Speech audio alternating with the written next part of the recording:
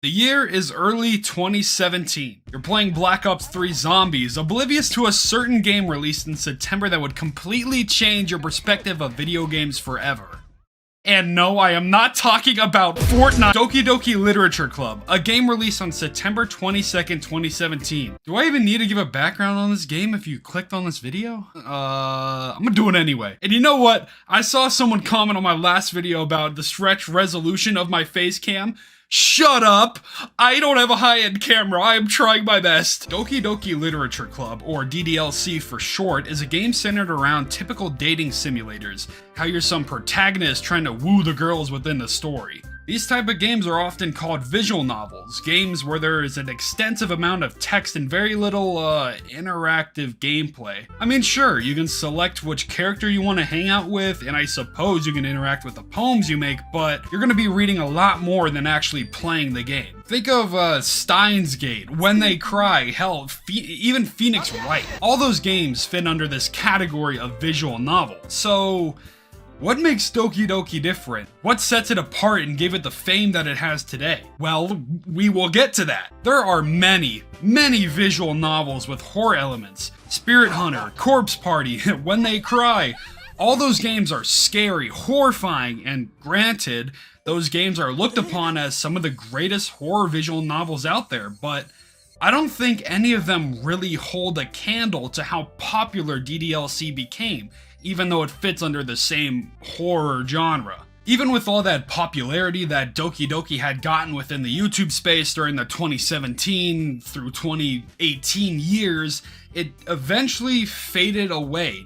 Definitely not forgotten by any means, but it had lost its initial steam. So why am I even making a video on it now? Do I even have anything to add to this conversation when the game is almost 7 years old? Well, I think a lot of people actually don't know what Team Salvato, the people who made Doki Doki, is doing right now and where ddlc is in turn. And honestly, I'm making a video on this because this game was very prominent in my life during my younger years and it stuck with me for a very long time. I mean, my friends and I have even made this stupid little dance move called the Doki Doki Shuffle based off of how much we love the game. We just wanted to have something with it. And I mean, 7 years later, and I'm still thinking about it. I don't think about Minecraft like that. I don't think about Roblox or Fortnite and whatever it may be. Games that were very popular for my childhood. This game stuck around with me a lot more than any of those games. And yeah, I guess it was meant to with what goes on within the story, but I felt like I should make a video on it to express my thanks to the game, I suppose. So,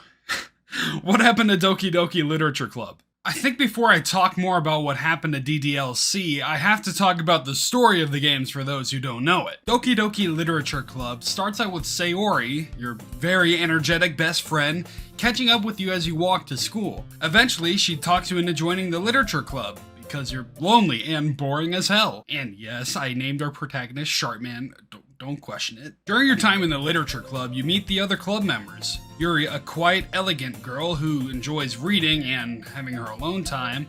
Natsuki, a tsundere, I think, who enjoys reading Berserk and other manga. And Monica. Just Monica. The game starts out fairly simple. You get to know all about these characters and grow attached to them, and I mean, for us, we got attached to Natsuki because she's the best, and because we canonically made her read Berserk. And also just because I couldn't choose Sayori. And you can even write poems directed at these girls that you want to impress. Very cool. Very cool gaming right here. During the main story of the game, we are told that there is a festival going on that can really bring attention to the literature club. Of course, since we are the most helpful person in the world, we can choose one of the girls to help out. Initially, we tried choosing Sayori to, no avail. Okay, so we're going Sayori. Sorry, I didn't mean for this to be difficult. Just think of it.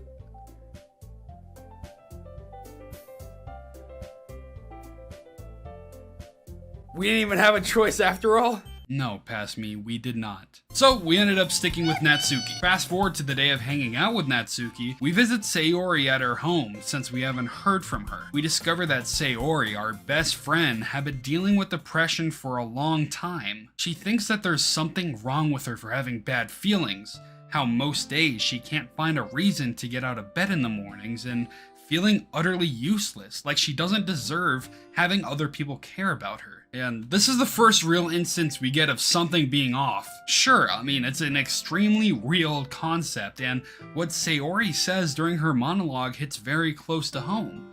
But from my very, very, very limited knowledge of dating simulators, they don't usually contain moments like this, and if they do, usually the main character would comfort the person and everything would be sunshine and rainbows afterwards. That's not what happens. Well, kinda. First off, yes, we comfort her greatly. I think the dialogue here is written extremely well and shows just how much our protagonist, and us in return, care about her, but I guess we'll see the second half of that later. Anyway, during our little get out with Natsuki, we have some cute moments and fun times. Something to distract us from the fact that we left our depressed friend alone back at her home. I mean, we even get some spicy scenes. Is that so? In that case, I probably shouldn't do this either.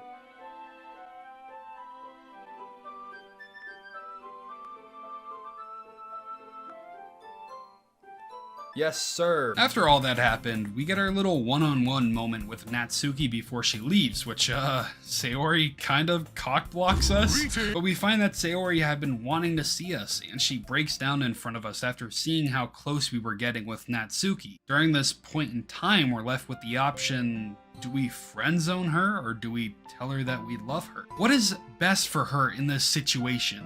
How do we make her feel better? Choices that are utterly meaningless in the end. In this session, we decided to friend zone Sayori because it was a Natsuki only route and we'd kill anyone who got in her way. In any other playthrough though, I swear I would never friend zone her. But eventually, the next day comes around. Sayori isn't there to walk with you to school. Arriving at school, you talk with Monica, who says something that always sent chills down my spine. I mean, especially after your exchange. How do you know that? You kind of left her hanging this morning, you know? Kinda left her hanging this morning, you know? Kinda left her hanging this morning, you know? Oh man, at first glance, it could be a completely harmless phrase, but it isn't. There's a reason she said that. But before we talk about that, we should take a look at what made Doki Doki stand out compared to all the other games. I know, a massive cliffhanger, I am sorry. But I mean, upon first glance at the game, we can obviously see that it looks like a normal dating sim type of game. Why would a game like this get so Oh, psychological horror, okay, I see. So Doki Doki isn't obviously as it seems, and that's easy enough to see as soon as you open the game. This game is not suitable for children, and it definitely isn't. Hence why my 13-year-old brain thought it'd be a good idea to watch people play it anyway. There hadn't been many games that misled the player in such a way at the time that I can remember. I mean, this is 2017 we're talking about. And turning comforting, cute genres into something that's horrifying is very appealing to a lot of people. Radish ASMR. While, like I said earlier, there are a lot of visual novels that solely focus on the horror aspect of the game. A lot of the time, you'd go into a game like When They Cry, or a game like Corpse Party, with the knowledge that it was going to be scary and filled with horror elements. ddlc subverts expectations, masking itself as a regular dating simulator. I mean, yes, there are signs that this game is a horror game. The Steam tags and the warning at the beginning of the game giving that away, but honestly, at first, I probably wouldn't have given it much thought. Maybe it's just me, but I could have totally skipped over the tags of the game and just saw this cutesy dating simulator and wanted to play it without knowing that it's a horror game. And upon playing the game and not giving the warning much thought, you can go into the first act of the game without even realizing that it's a horror game. But moving back to the current portions of the story, this is where ddlc turns on its head and becomes a completely different game. This is what sets it apart. When you make your way to Sayori's house, you're filled with nervousness. And I mean, of course you would be when your depressed friend is not answering any of your calls. And upon making your way to Sayori's door, you gently open it and Say.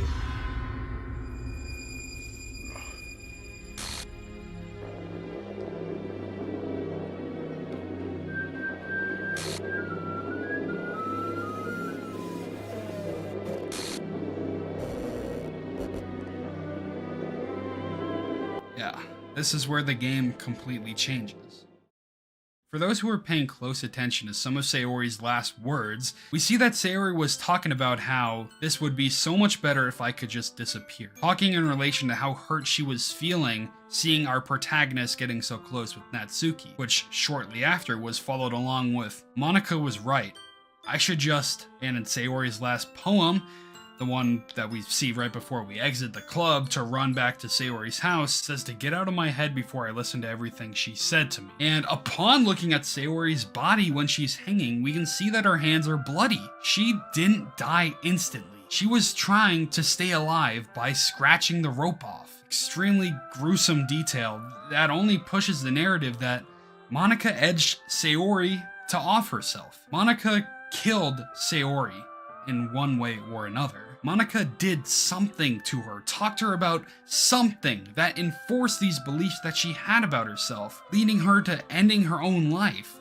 It's tragic, and it definitely left some scars on me when I was younger, considering how much of myself that I saw in Sayori. But after this moment, the game restarts. Sayori is completely erased and the game treats it like she's never existed in the first place. From this moment on, everything changes. From moments that were once cute turning scary, to strange poems like, Yuri's. What is this? Why is there like blood on it and like a piss stain, bro? There was like a piss stain on the other one too. Stop putting your piss stains on my poem. To jump scares and pop-ups, text glitches, you name it. The game is completely broken at this point. Natsuki snaps her neck in a jump scare that never really happened. Yuri stabs herself to death. Well, Yuri's fucking dead. Monika deletes everything until it's just her. Upon deleting her character file in the files, she in turn gets deleted from the game, which soon ends after she monologues, restarting the game without her existing in it. Okay, Monika is gone. Okay. Save file is completely gone. This time, Sayori is back and is the new president of the Literature Club, taking Monika's place, which we soon realize that she has the same divinity as Monika had and becomes extremely possessive of us. Monika comes back one last time to delete the entire game, stating that there is no happiness there, upon which the game gets completely erased. So, a good amount of you already know about the general plot of the game, but let's take a look at the contents that appear in the game files during your playthrough. For those who don't know, there are many times where files pop up in your game files, whether it be images or notes, you name it. Let's take a look at some of them. First off, we have our traceback text, which popped up within the background of Sayori's death. In this, we see Monika talking about how much easier it would be to delete Sayori than to fix whatever was going on. And I'm pretty sure that the happy thoughts PNG also pops around at the same time, which, yeah, cool image, I guess. But I'm sure you know about those already. How about let's talk about the ones that are a little more strange. First off, let's take a look into the character files. These are not real character files, and we can see that when we get into them. Yuri's character file is actually a text file that contains whatever this is. Luckily, I have very little experience in deciphering stuff from what goes on within Radish ASMR, so decoding this from base 64, we get this. Looks like a interesting story, to say the least. From what I know, this story was made by Dan Salvato himself before Doki Doki even came out. Maybe he just wanted to put something that he wrote into the game. Who knows? Next, let's look at Sayori's character file. It's actually an audio file that sounds like this.